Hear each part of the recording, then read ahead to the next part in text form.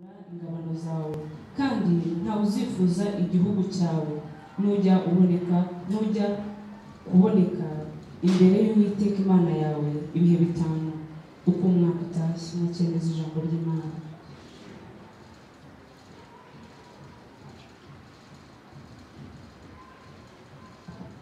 Turakomeza gusoma ubutumwa bwiza bw'Yesu bwanditswe na Yohana igice cya 10 umurongo wa 11 kugeza ku murongo wa 16.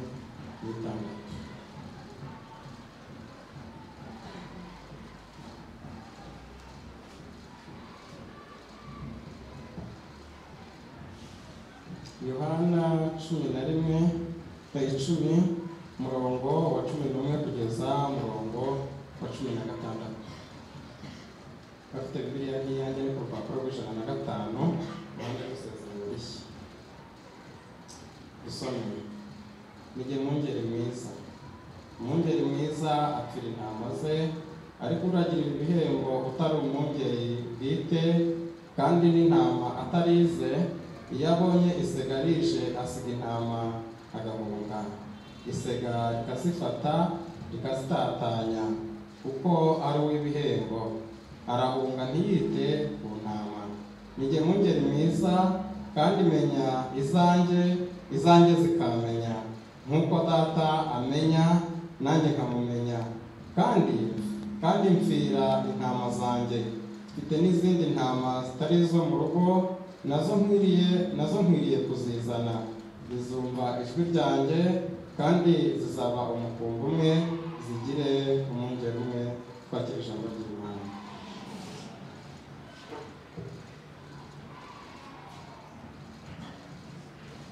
Haleluya. Haleluya. Dushima Imana cyane kuko turangije umwaka wa 2019 twinjiye mu mwaka mushya wa 2020. Niyo mpamvu uyu munsi mu cyumweru cya mbere cy'uyu mwaka gitangiye nifuje kuganira namwe kuri aya magambo avuga ngo uko umwaka utashye. Haleluya. Haleluya. Uko umwaka utashye. Aya ni amagambo yabwiwe Abisiraheli ubwo bari mu nzira bajya muri Kanani aho Imana yabateguriye. Aya magambo Imana yayabwiye Mose ko yabwira abantu be. Imana ivana Abisiraheli mu Egiputa ntabwo yaretse ngo bajye bagenda badafite umurongo bagendeyeho. Iteka ryose yahamagaraga Mose ikamubwira iti ugenze utya. Nta kintu Imana itigeze ibwira Abisiraheli gikwiye kubayobora muri iyi si mu rugendo bari bafite, habe bahaguruka mu Egiputa, habe banatuye muri Kanani. Haleluya. Rero Imana ntabwo yishimira ko abantu bayo bagenda nk'uko bishakiye, ishaka bagende mu murongo wayo nk'uko ishaka. Iyo twemereye Imana tukagenda mu murongo wayo nk'uko ibishaka, Imana nayo ibana natwe ikatugirira neza nk'uko tubishaka. Amen. Haleluya. Twumvise aya magambo yo Kuva ibice 23 basomye neza, badusomeye neza abadusomeye, ariko hapenya asubiremo kugira ngo mbashe gukurikiranya inyigisho nk'uko nabishatse. Haravuga ngo uko umwaka utashye ujye unziririza iminsi mikuru 3, ujye uziririza iminsi mikuru y'imitsima itasemuwe mu minsi 7, ujye urya imitsima itasemuwe uko nagutegetse mu gihe cyategetswe cyo mu kwezi Abibu, kuko ariko waviriyemo muri Egiputa. He kugira umuntu uza ubusa imbere yanjye. Imana itegeka Abisiraheli ngo bajye baziririza inshuro 3 mu mwaka uko umwaka utashye. Icyambere ngo bajye baziririza bibuka umunsi bavuye muri Egiputa, ubwo Imana yabahagurutsaga ibavanye mu gihugu cya Egiputa aho bari batuye ari abaretwa, ari abantu bababajwe mu gihugu kitari iwabo, aho babakandamizaga, aho babatwazaga uko bishakiye mu mibabaro myinshi. Abisiraheli ngira ngo twese twasomye ukuntu bavuye mu Egiputa, bari bamaze igihe baboroga barira kuko babaga mu buretwa bukaze, bakubitwa inkoni, babumba amatafari, bakoresha imirimo ikomeye, ariko ngo bakajya barira bibutsa Imana bati Imana wibuke ko turi ubwoko bwawe, turi urubyaro rwa Aburahamu kandi hari icyo wabasezeranije. Ntabwo dukwiye guhora mu buretwa, ukwiye kudutabara. Ngo Imana igihe kimwe irumva iri mu ijuru iravuga ngo numvise gutaka kw'abana banjye. Haleluya. Iramanuka isanga Mose, iramubwira ngo ndashaka kujya gukura abana banjye mu buretwa bwa Farawo. Haleluya. Irangije ngo iramutuma imubwira ibyo azakora byose. Imana iramubwira ngo nzajyana nawe, nzabana nawe kuva ugezeyo kugeza ubwo uzakura ubwoko bwanjye mu Egiputa. Imana ijyana na Mose, iragenda ikubita abanyegiputa ni nk'ibiboko 10, ni ibihe 10. Yagiye ibereka ko ari Imana, ariyo Mana, kuko Farawo yarazi yuko ari we Mana. Ntabwo yumvaga ko hari icyamugonda. Yababaza ubwoko bw'Imana, yumvaga ko nta cyamugonda. Haleluya. Ariko umunsi umwe Imana iramwiyereka, imwiyerekeye muri Mose, iramukubita, iramuhonda, iramunoza. Irangije kumunoza ihagurutsa ubwoko bwayo. Igihe yaragiye kubahagurutsa ijoro rya nyuma, ngo irababwira ngo ngiye kwica abana b'imfura bo mu Egiputa, ngo n'amatungo y'uburiza bwose, ngo rero mwebwe mwishyirire ikimenyetso cy'amaraso ku nkingi z'imiryango yanyu, ku nkomanizo z'imiryango, ngo umurimbuzi naza mwebwe ntazabakoraho. Haleluya. Ariko abaha amategeko muri uko kwezi, arababwira ngo ntimurye imitsima isembuwe, ikindi murye ibisharira, murye imboga zisharira, n'inyama mugiye kurya ntimuzishyiremo imyunyu, mbese murye ibintu bibishye, mwibuka ko muvuye mu bubihe. Haleluya. Noneho ngo kandi ntimubiraze, mubirye mubirangize, muke mu gitondo mufata inzira mugenda. Uko niko babigenje. Haleluya. Haleluya.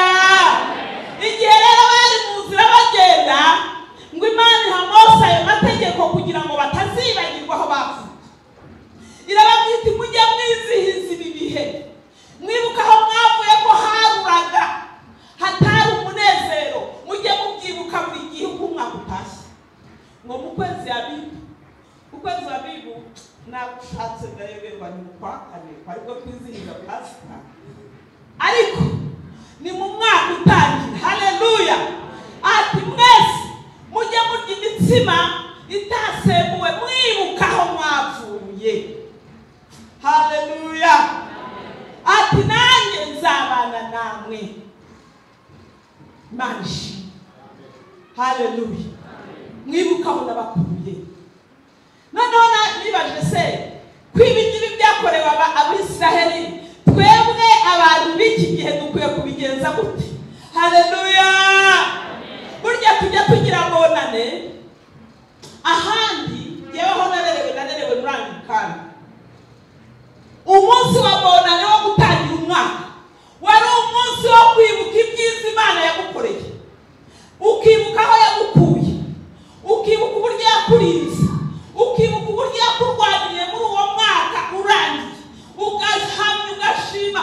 Wabaga ari umunsi w'amashimwe gusa. Haleluya.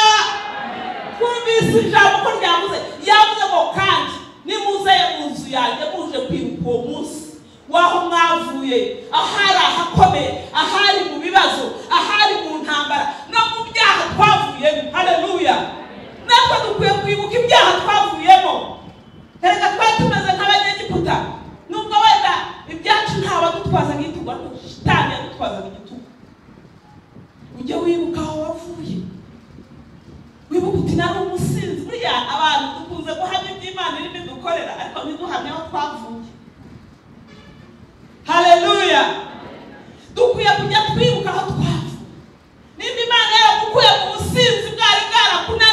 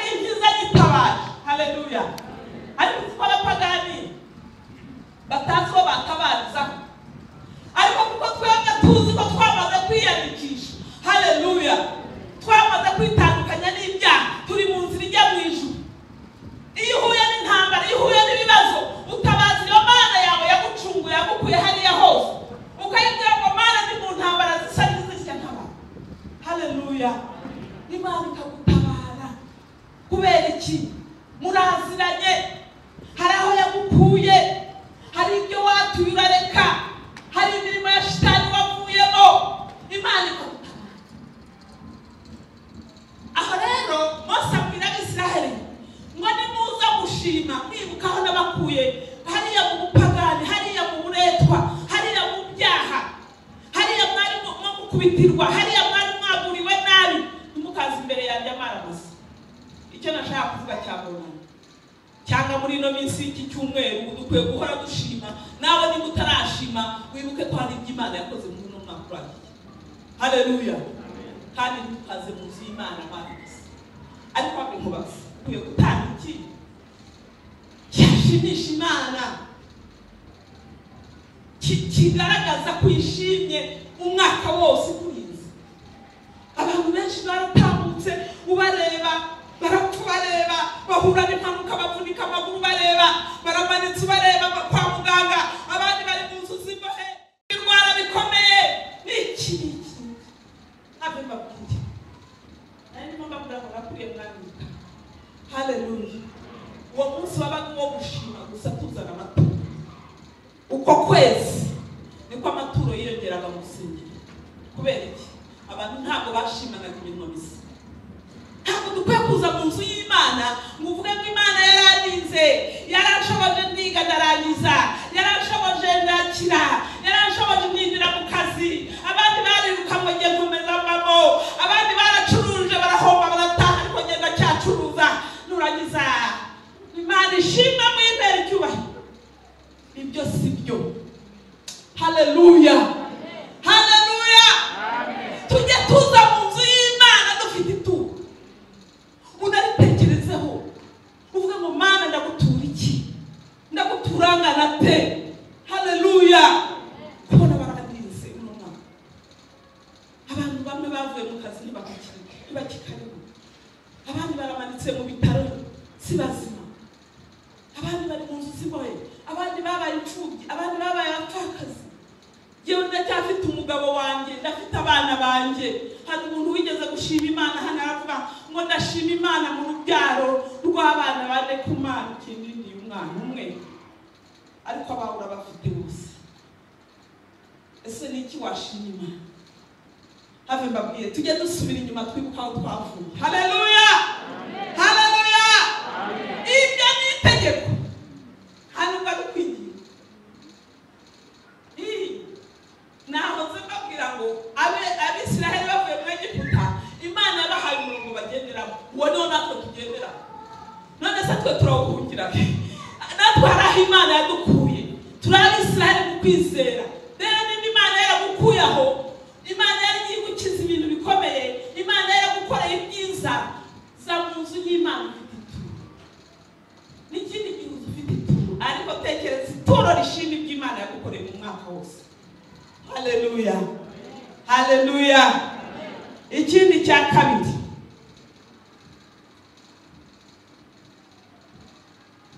Imana ngo tujye tuza, ngo kujya twibuka kuzana umuganura w'ibyo twungutse byose, niba ari amafaranga ubwo yewe nabivanye mu Bisiraheli, niba ari imyaka twejeje cyangwa ibiva mu matungo koroye. Haleluya.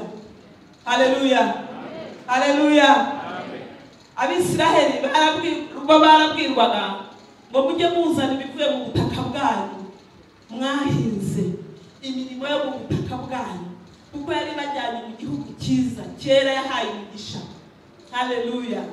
Imirimo muvanye muri ubwo butaka bwanyu, umwaka uko utashye, iyo myaka ni yera. Cya gihe cyo tuba dusaruye mu kwezi kwa kane, ngira ngo nibwo dusarura imyaka yo twahinze mu kwezi kwa gatandatu. Aho ngaho abo mu cyaro ubu barabizana, bazana imiganura yeze, bazana imyaka yeze, imyaka ya mbere yeze mu butaka bwabo, bakayizana mu nzu y'Imana, bakaza gushima Imana. Bo bibuka iby'Imana yategetse Abisiraheli. Haleluya. Navuze ngo turi Abisiraheli mu kwizera, bakazana ibyo bejeje, imyaka yeze mbere, bagakutoranya imyiza, ntibazane nk'iyo Kayini yazanye. Haleluya. Bagatora imyaka myiza bakayizana mu nzu y'Imana, nimba ari ibitoki, nimba ari ibishyimbo, nimba ari amakawa. Abafite amatungo bo bazanaga n'amatungo yabo. Haleluya. Bakabitura Imana. Ibyo bikanezeza Imana, Imana ikishima. Bo bakuragamo n'ibyo batamba. Niyo mpamvu bavuga ngo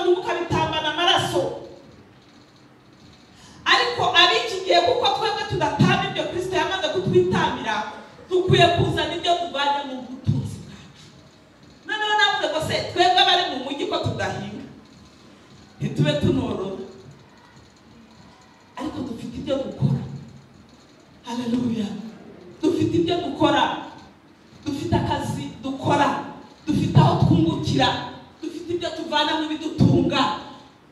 Mu mwaka tujya tugira igihe uvuga muri wowe uti Imana, ahubwo ni Bible yabyemera ngo gishyiraho icyo gihe. Ikiriho igihe tuzana ibyo twungutse. Haleluya. Tuzana ibyo twungutse nimba ari hagati y'umwaka tubizane hahandi igihe abandi bazanye imisaruro yabo, natwe dufate mu byo twungutse, ibyo wungutse mu mushahara wawe, ibyo wungutse mu bucuruzi bwawe, ibyo wungutse mu mishinga itandukanye ufite, uzane mu nzu y'Imana, ushimira Imana. Haleluya. Ushimira Imana. Imana warakoze. Hari abantu batakiri muri aka kazi ariko genda harimo uriya niwo mwero wawe. Niho wahinze.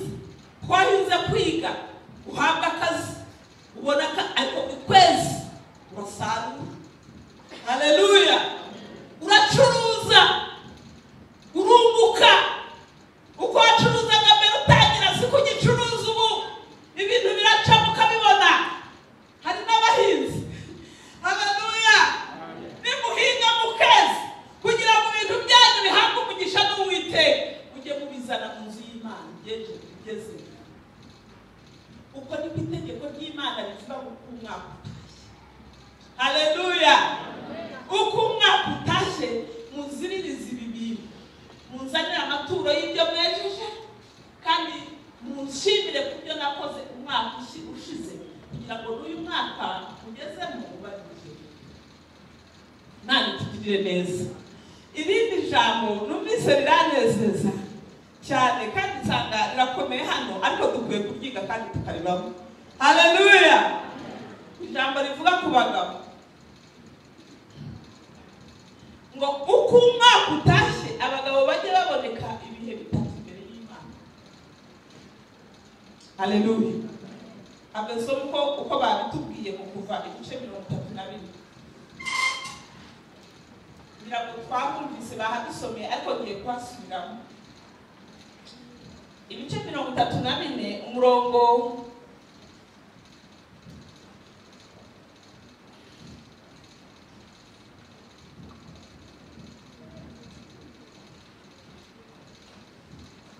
wa 24 tufatanye tuhasome. Aravuga ngo umurongo wa 23 kugeza kuri 24 haravuga ngo uko umwaka utashye abagabo bo muri mwe bose bajye baboneka imbere y'Umwami Uwiteka Imana y'Abisirayeli ibihe bitatu, kuko nzakwirukanira amahanga akaguhunga, nkagura ingabano zawe, ntawe uzifuza igihugu cyawe, nujya kuboneka imbere y'Uwiteka Imana yawe igihe bitatu uko umwaka utashye. Haleluya. Ndimo mvuga ngo hano biragoye ariko bigombe kuko ariko Imana ibishaka. Hari igihe dukora ibintu tutabizi ariko iyo twabimenye dukwiye kubikora nk'uko Imana ibishaka. Haleluya. Haleluya. Abagabo Imana yabashakaga Abisirayeli kubera iki? Abagabo nibo barwanaga urugamba rw'igihugu, nibo barwanaga urugamba rwo kwagura igihugu no guca mu ntambara baciyemo bari mu butayu. Igihe bari bamaze kugera muri buriya bwoko, abagabo nibo barwanaga urugamba, Imana ikajya imbere yabo batsindishitse. Haleluya. Baramuka nta rugamba rwarwanwaga n'abagore, rwarwanwaga n'abagabo. Kandi iyo tugiye kumva n'itegeko ry'Imana, itegeko ry'Imana ritubwira ngo burya Adamu na Eva bamaze gukosa, Adamu Imana yaramubwiye ngo uzajya ututubikanye. Haleluya. Uri umugore ibye ni ugutwita, ngo uzababazwa n'urubyaro. Haleluya. Uzababazwa no kubyara. kubyara kwawe bizariko, ariko wa mugabo ni wowe ushinzwe gutunga urugo, ni wowe ushinzwe kururwanirira. Uzabona ibiryo bivuye mu butaka bukakaye, uzaryo watutubika.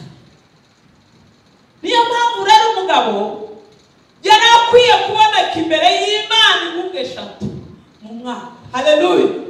Kugira ngo Imana imubone yuko akiyiringiye, azi ko ibyo abona byose n'ibyo ashobora byose kugeraho abigezwaho n'Imana. Haleluya! Haleluya! Ntacyo wageraho udafite Imana.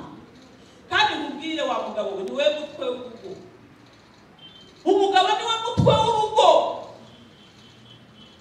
Burya n'ibintu n'ibizamba ujye umenya ko ari wowe wabibazwa kuruta umugore. Kubera iki? Ni wowe mutwe w'urugo, ni wowe jisho ureberera iby'urugo rwawe, ni wowe jisho Imana ikoresha igatabara igihugu. Ni wowe wa mugabo we. Nk'uko Abisiraheli bavuye mu Egiputa Imana ikagikorerana n'abagabo, nuko niko Imana ikorana nawe no muri iki gihe. Haleluya! Ese tuvanyeho wenda igihe cy'Abisiraheli, ubu abagabo si bo bajya ku rugamba cyane. Tugiye kurangiza abakobwa bujya hajyayo bake, nibo bajyayo cyane. Haleluya! Ariko abagabo bamenye Kristo. Ijambo ry'Imana riravuga ngo nimuboneka 3 mu mwaka nk'uko Imana ibasabye, ngo nta kizajya imbere. Haleluya! Inzira zanyu Imana izazitabura zikuremo umwanda wose. Ibyo utekereza by'imishinga yo kubaka urugo rwawe cyangwa igihugu, Imana ibimemo. Kubera iki? Uzi ko Imana ariho uvana ibyo byose. Imana yabashakaga izo nkuta 3 kugira ngo ibishimire, ibahe umugisha, yongere ibakoreshe iby'ubutwari. Nibayihamagara bagiye kurwana urugamba, Imana yitaba iti ndahari. Haleluya!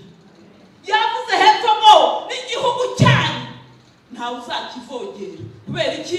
Mwabaye imbere y'Imana. Abisiraheli iyo Imana yashakaga kubagarura ibona batanye barangaye, yahagurutaga ishyamba ikabatera. Yabatera bakibuka ko bafite Imana. Haleluya! Haleluya! Bakajya imbere y'Imana bagataka bati, Imana tubigenze gute ko twatewe? Imana ikababwira rero, nimba hari ibyo mwagomye ikababwira iti mwagomeye, narabahamagaye muranimira ntimwanyumva, cyangwa se mwaranyumvisije. Uru rugamba muzarurwana gutya, Abisiraheli bagahora banesha. Haleluya! Haleluya! Have mbabwire, dufite abagabo bazi Imana muri iki gihugu, bubaha Imana by'ukuri, bagendera mu mategeko y'Imana nk'ayo yahaye Abisiraheli, bakabikora bakumvira Imana, Imana ikabahesha igihugu cy'i Kanani cyari gituyemo amahanga menshi. Abagabo bakeya b'Abisiraheli bakabarwanya, bakabohoza igihugu cyose kikaba icyabo. Kubera iki? Kubera ko bari bumvira Imana. Dufite abagabo bameze nk'abo. Haleluya! Haleluya! Bishimira kuboneka imbere y'Imana. Izo nkunga 3 wenda hano tuvuge ngo muri uku kwa mbere mugategura igiterane, mukavuga ngo tuje gushima Imana gusa ibyo yadukoreye. Kwa gatandatu mugategura ikindi, muti tuje gushima Imana ibyo yadukoreye. Haleluya! Mu kwa cyenda mugakora ikindi, muti tuje gushima Imana ibyo yadukoreye. Mwajya kureba mugata, kandi umwanzi waturuka mu bihugu byo hanze watekereza gutera. Mwebwe gusa abagabo bakeya bari muri iri torero. Haleluya! Mwajya mukirindisha amasengesho yabo, kandi Imana yabamugisha neza. Haleluya! Uzi ukuntu Imana ibakunda? Kuri Imana ikunda abagabo. Nagira ngo umugore w'inshuti yanjye, rimwe Imana yajyaga kumubwira ngo wa mugore we rero yari yarafunze urubyaro, yararetse kubyara biriya byawe muto. Imana iramubwira ngo imigisha yawe izava mu bana 2 ugiye kubyara. Umugore yarakakaye mu gitanda, aravuga ati ngiye gufungura byare we, singiye kumanza ukeneye iki. Numvira Imana. Amaze kumvira Imana, aratwita umugabo atabizi. Umugabo agiye kubara ngo ati ninde wakubwiye agiye gutwita muri uyu mujyi aramuhondagura. Ndakubwiza ukuri twararanaga mu cyumba dusenga iminsi yose nkajya kumva mama Eva we banyirukanye kandi ndazira bya bindi Imana yambwiye. Haleluya. Noneho nkambwira senga agasenga akambwira ati Imana se hari ikimutwara atuzi ukuntu imukunda ati ntagira atuwanga ngo Imana imbwira bari bigende kandi Imana iri mubwira akamuhondagura yarangiza imishinga agiye bigacamo ati nubwo wasengute Imana imwumva kubi ibyo asenze byose umwanya ibe yabikoze. Haleluya. Imana imwumva kubi uriya ntimuzi ubutware mufite. Imana iramwumva irabakunda kuko nimwe mutwe. Haleluya. Niba mwemereraga Imana mukaza imbere yayo mukavuga ngo tugiye gufatira ibihe tujye imbere y'Imana twamenye. Uzi ukuntu Imana yabakoresha ibintu bikomeye muri iki gihugu. Uzi ukuntu Imana yabakoresha ibintu bikomeye mu miryango yayo. Uzi ukuntu Imana yatwubakira imiryango iryoshye. Haleluya. Icyampa ngo mubifate mubikomeze muvuge muti turabifashe ibi bintu. Imana yabakoresha ibikomeye. Rimwe nigeze kubona umwana aryamye muri supanete nari nzi ko Debora ari uwanyu. Mbona umwana w'umukobwa uryamye muri supanete. Ngira pasiteri nzi ko tugiye kubyara undi mwana. Ati nta mwana nshaka ntizakubyara. Nabonye umwana w'umukobwa muri supanete. Haleluya. Umwana koko ngiye kubona ndatwite. Arambwira ngo simushaka. Noneho nimbaje abo umuhungu ntazaba umuhungu azaba umukobwa. Uzi ko nagiye kwa nkabona byaye umuhungu. Imana yumva abagabo. Nimba mwabyumvaga mukabyemera mufite itegeko rirema. Haleluya. Haleluya. Mwemereye Imana gakora ibyo ishaka. Mwareba ibitangaza Imana bakoresha. Muri abatware uko Imana yavuze. Haleluya. Imana imaze kubwira Mose ibyo maze kubwira imigisha izabajya imbere. Irababwira ngo komeze dusome hahandi muri 24 ibice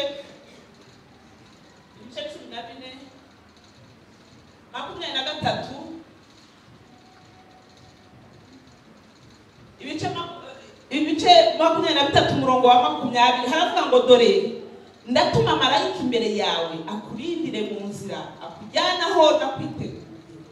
Mumwitondeho mumwumvire ntimukamugomere kuko atazabababarira ibicumuro byanyu. Haleluya. Haleluya. Iyo tumaze kumvira ibyo Imana yadusabye tugakora ibyo Imana ishaka Imana yohereza marayika kuturinda mu mwaka. Amena. Haleluya. Ibi Imana ivuga niko ibikora. Tugire niko ibikora ngo uzabahohereza marayika bajya imbere ngo ntimuzamugomere ntimuzabure kumwumvira ngo kuko atazabababarira. Iyo tutumviye marayika w'Imana yatwoherejeho kutuyobora muri uru rugendo tukagenda uko twishakiye niho hahandi uhura n'ibikoni. Mana yanjye ibintu byanjye birimo inyatsi. Nta nyatsi baho utwo tuzitera. Haleluya.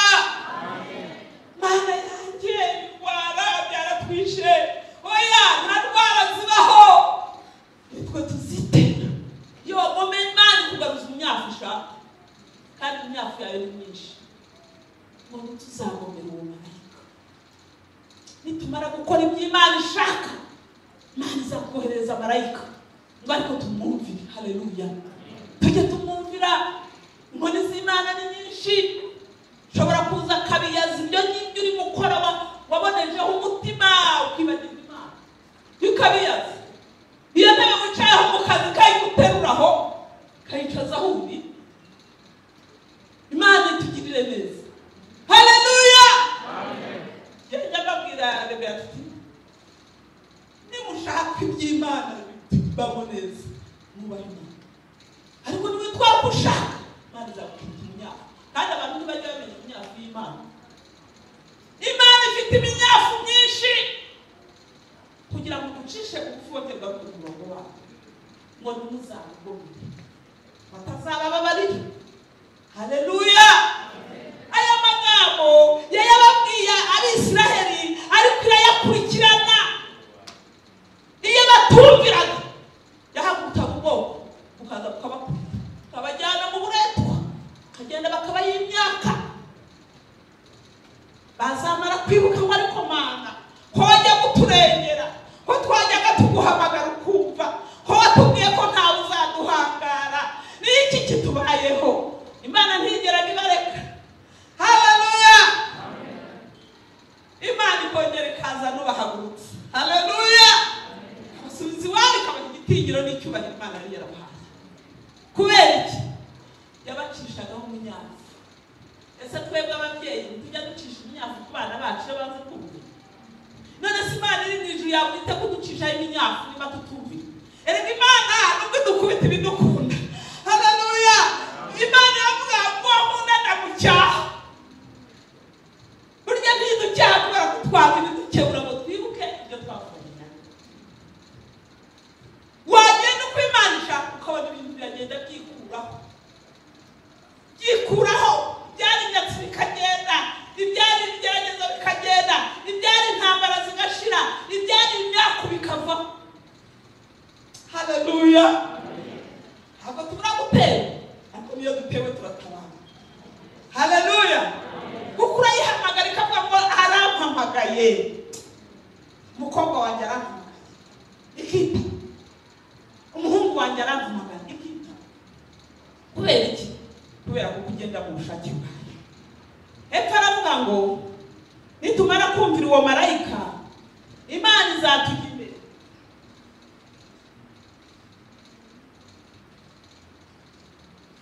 Ngo ariko numumvira by'ukuri ugakora ibyo nzavuga byose, nanjye nzaba umwanzi w'abanzi bawe n'umubisha w'ababisha bawe, kuko marayika wanjye azakujya imbere akakujyana mu Bamori n'Abaheti n'Abaferesi n'Abanyakanani n'Abahivi n'Abayebusi, maze nkabarimbura.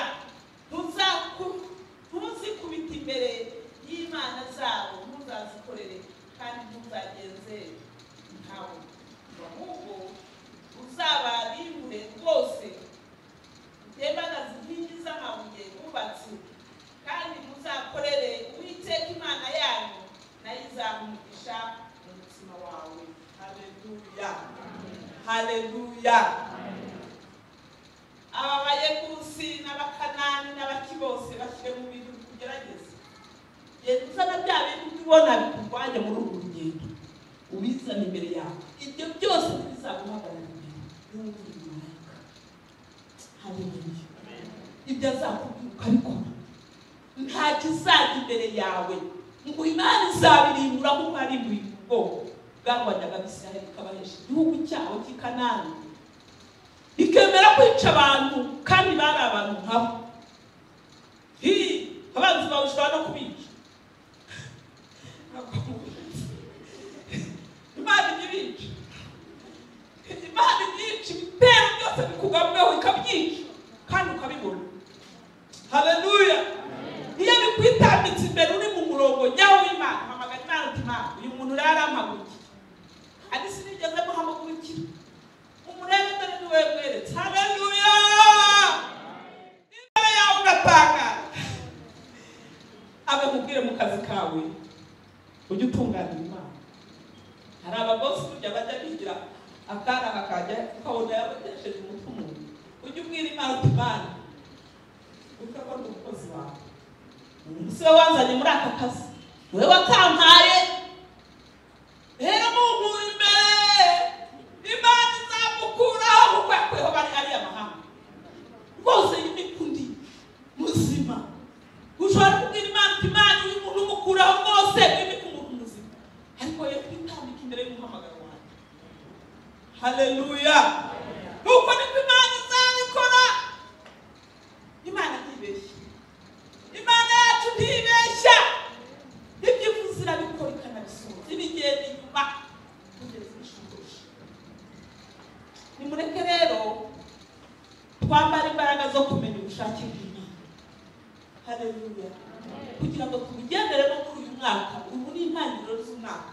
Hitamo neza uvuge ngo Mana, ibyo numvise ngiye kubikora, ngiye kubigenderamo, ngiye kukubaha, ngiye kukuramya uko bikwiriye, ngiye kuziririza bya bindi umbwiye, ngiye kugendera imbere y'amategeko yawe nk'uko ubinsaba. Asigaye ubwira Imana, Imana ko nabishoboje. Haleluya. Kandi uzagomba kuyibutsa ukurikirana intambwe zawe umunsi ku wundi. Hano hepfo aravuga ngo kandi muzakorera Uwiteka Imana yanyu, nayo izahumugisha umutima wawe. Uzasonza umutima wawe, ntuzaba kugutera indwara, uzaba umutima muzima mwiza ukubeshaho neza, kuko Imana izaba yaguhaye umugisha. Ngo nayo ngo n'amazi yawe kandi nzakura indwara hagati muri mwe. Haleluya. Nzakura indwara hagati muri mwe, nzabakiza ibirwara by'Abanyegiputa. Hari indwara Abanyegiputa barwaraga zitewe n'ibyaha, ariko bamenye Imana ntibazirware. Abisiraheli ntibazirwaraga. Reka tujye twibutsa Imana ko turi abantu bayo. Imana harimo yemera indwara ikakugeraho kugira ngo umenye aho icyo yagukijije, Imana ikayigukiza. Haleluya. Turabibona kenshi abantu bakira indwara zikomeye, Imana ikazibakiza. Ngo mu gihugu cyawe ntawe uzavanamo inda, ntawe uzagumbaha, umubare w'iminsi yawe nzawusohoza udakenyutse. Amen. Haleluya. Urumva iyo migisha ni myinshi cyane, niyo gutangaza. Haleluya. Nimuze twubahe Imana nk'uko Imana ibidusaba, tugendere mu bushake bwayo kugira ngo Imana iturinde ibyo byose kandi imigisha dusezeranye.